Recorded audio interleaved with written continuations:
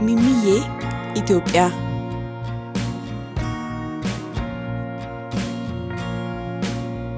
ከአሌክስ አብርሃም።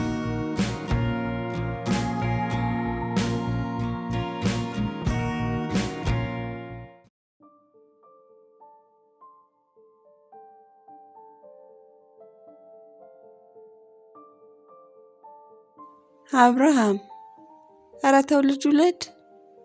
ማንም የሚወልደውን እንዴት ያቅተሃል? ጎረቤቶቻችን አብርሃም ቆንጆ ልጅ ወልደሳም። አጎቴ አብርሽ አሪፍ ልጅ ወልደሳም። እህቴ የኔ ልጅ በልጅነት ነው፣ በወጣትነትህ ወልደሳም። አባቴ ምን አለ እኔ እንዳለውልህ ወልደ ብትስም፣ እንኳን ላንተ ልጅ ለጎረቤቱም እበቃለሁ።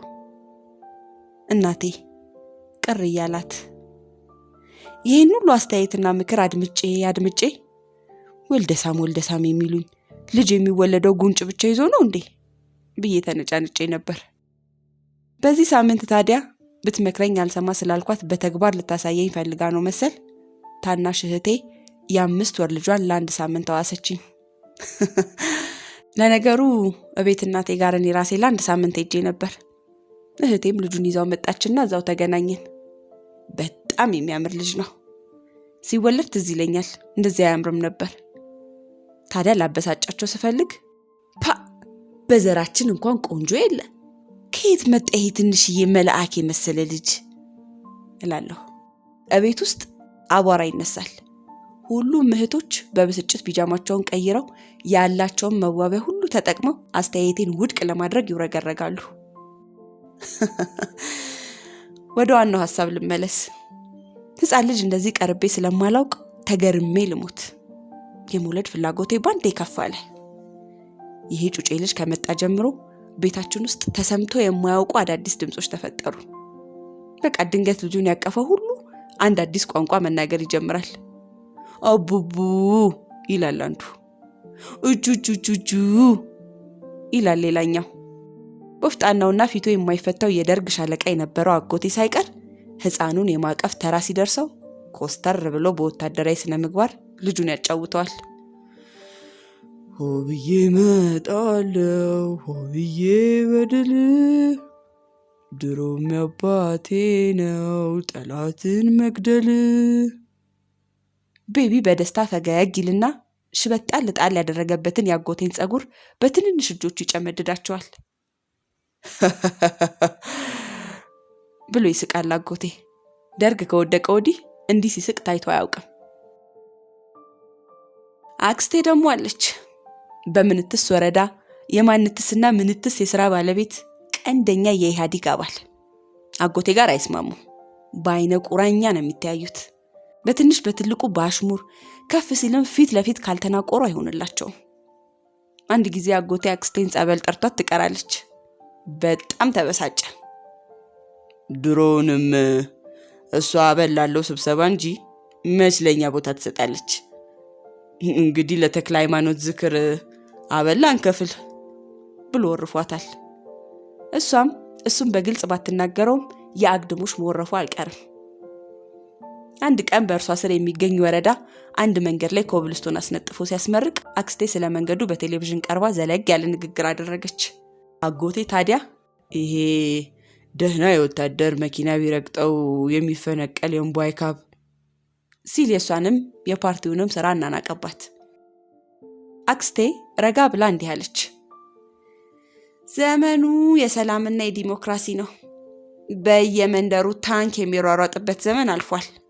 ለሰው እግርና ለሲቪል መኪና ደግሞ ኮብልስቶናችን በቂ ነው አለች። እንዲህ ሲናቆሩ ይኸው 20 ምናምን ዓመታቸው። ዛሬ ግን ካጎቴ እጅ ላይ አክስቴ በፍቅር ሕፃኑን ተቀብላ ማጫወት ጀመረች። እንዲህ እያለች ብሔር ብሔረሰቦች ኑኑ የኢትዮጵያ ልጆች ልዩነታችን ጉራማይሌ።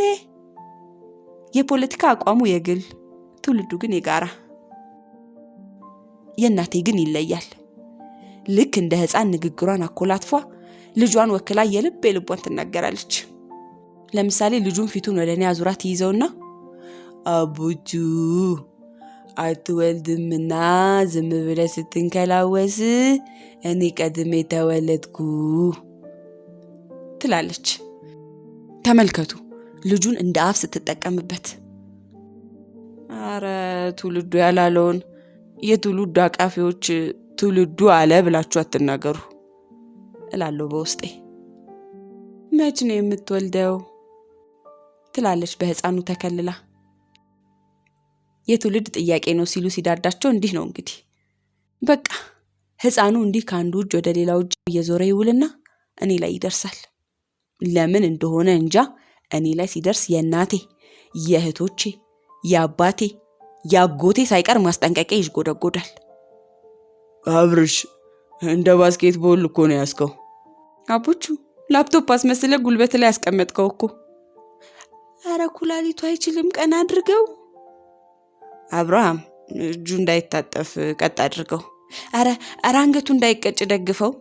አይ እግሩ ተንዘላዘለብህ እኮ። ልብሱን ገፈፍከው እኮ ንፋስ እንዳታስመታው። በመጨረሻ አጎቴ ይናገራል። ሕፃኑን ትከሻይ ላይ ሳስቀምጠው አይ አብርሃም ላውንቸር አስመስለ ያስከው። ላውንቸር ምንድነው አጎቴ እጠይቀዋለሁ። ትከሻ ላይ ተደርጎ ወደ ጠላት የሚተኮስ መሳሪያ ነው። ልክ ሕፃኑ አናት ላይ እንዳለው ቆብ ላውንቸርም ተተኳሽ ቆብ አለው። ይሄ ጉርጓድ ለጉርጓድ የሚሽሎከለከውን ጠላት አገር ገንጣይ ሁሉ በሱ ነበር የሚደባየው። አክስቴን ገልመጥ አድርጎ ወታደራዊ ማብራሪያ ሰጠ። አክስቴ ታዲያ በትከሻ የሚያዝ ሌላ ልማታዊ መሳሪያ ስታስብ ቆይታ ትዝ አላት። የቪዲዮ መቅረጫ አስመሰልከው። አዲስ ተሰርቶ የሚመረቅ አስፋልት የምትቀርጽ እኮ ነው የምትመስለው። የአክስቴና የአጎቴ ቀዝቃዛ ጦርነት። ከዚህ ሁሉ ማስጠንቀቂያ በኋላ ቤቢና እኔ መጫወት እንጀምራለን። በትንንሽ እጆቹ ፀጉሬን ይቆፍረኛል፣ አይኔን ያነቁረኛል። በአፍንጫዬ ቀዳዳ ጣቶቹን ሲልክብኝ ሊያስነጥሰኝ ይደርሳል። በልጋግ በተጨማለቀ አፉ አፍንጫዬን ሊነክሰኝ ይታገላል። የእጆቹ ልስላሴ፣ የአይኖቹ ጥራት፣ በዛ ላይ ንጹህ ፈገግታው፣ መፈራገጡ ሁሉ ሳሙት ይላል። ሳላስበው እጁን፣ ጉንጩን፣ ግንባሩን፣ እግሩን፣ አንገቱን እስመዋለሁኝ። አለመሳም አይቻልም። ወልደህ ሳም ትርጉሙ ሊገባኝ ይጀምራል።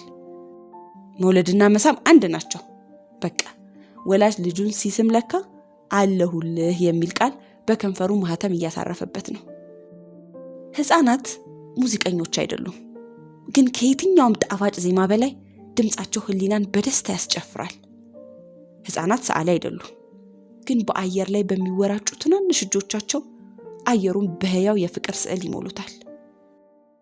ሕፃናት መሐንዲሶች አይደሉም፣ ግን በቤተሰብ ውስጥ የቤተሰብ ፍቅር የሚባል ትልቅ ቤተሰባዊ ህንፃ ይገነባሉ።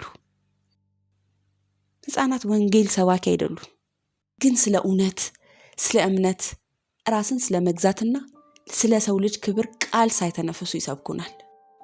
ሕፃናት የሰብአዊ መብት ተሟጋች አይደሉም፣ መብታቸውን እየተጠቀሙ ያሳዩናል። ማንም ላይ አይደርሱም፣ ካልተደሰቱ ያለቅሳሉ። በቃ እያስመሰሉ አይስቁም። ለምን ዓለም በሚከታተለው የቴሌቪዥን ፕሮግራም ላይ አታቀርቧቸውም? ሕፃናት አያስመስሉ። ካልተመቻቸው ያለቅሳሉ፣ ደስ ካላቸው ይስቃሉ። ባለስልጣን አይፈሩ፣ መሳሪያ ግንባራቸው ላይ ቢደቀንባቸው አይጨነቁ። ሕፃናት የነጻነት ታጋዮች አይደሉም፣ ግን ብረት ሳያነሱ ዲስኩርም ሳያሰሙ በነጻነት መኖርን ኖረው ያሳዩናል። የአንድን ሕፃን ነጻነት ለማገድ ብንሞክር በሰላማዊ ጩኸት ቤቱን ያናውጠዋል። ሕፃናት በራሳቸው ታሪክ አይደሉም፣ ታሪክ ሊረከቡና ሊሰሩ ወደዚች ምድር የመጡ ተረኞች ናቸው። ሕፃናት እርጅናን ያስረሳሉ። ሕፃናት የዛሬው ያደፈ የጎደፈ ስብዕናችንን ሳይሆን የትናንት ንጽህናችንን፣ የትላንት እኛነታችንን የሚያሳዩን መስታወቶቻችን ናቸው። አይንን በአይን ማየት የሚሉን እሱን ነው። ሕፃናትን ስንስም ጥልቅ በሆነው የአእምሯችን ክፍል ትላንታችንን ተመልሰን እንስማለን። ሕፃናት እንደሚወዱህ በቃል አይነግሩህም። ሁሉም ነገር ትተው የወደዱት ሰው ላይ ጥብቅ ይላሉ እንጂ። ሕፃናት ሁሌም ትላንትን እያነሱ አያለቃቅሱም።